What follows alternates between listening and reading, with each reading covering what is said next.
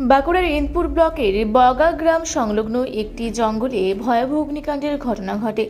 মঙ্গলবার বিকেলে হঠাৎ করে জঙ্গলের মধ্যে আগুন লাগে। কিভাবে আগুন লাগলো তা এখনও স্পষ্ট নয়।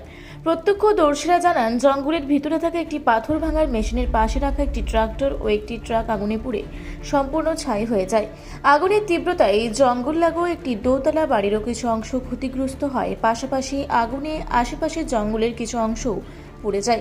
খবর পেয়ে বাঁকুড়া দমকল বিভাগের একটি ইঞ্জিন ঘটনাস্থলে পৌঁছায়। দমকল কর্মীদের বেশ কিছুক্ষণের চেষ্টায় আগুন নিয়ন্ত্রণে আসে। এই ঘটনায় কোনো প্রাণহানির খবর নেই। আগুন লাগার কারণ খতিয়ে দেখা হচ্ছে। বাঁকুড়া থেকে দেবনাথ মধুকের রিপোর্ট, রূপসী বাংলা মিডিয়া। আপনারা দেখছেন রূপসী বাংলা মিডিয়া। এখন একটা ছোট্ট বিরতি, ফিরে আসছি বিরতির পর। পুরুলিয়ায় পাত্রপাত্রে যোগাযোগের একমাত্র বিশ্বস্ত প্রতিষ্ঠান বিবাহ পরিচয়। আপনার মনের মতো জীবনসঙ্গী খুঁজতে পাশে রয়েছে বিবাহ পরিচয়।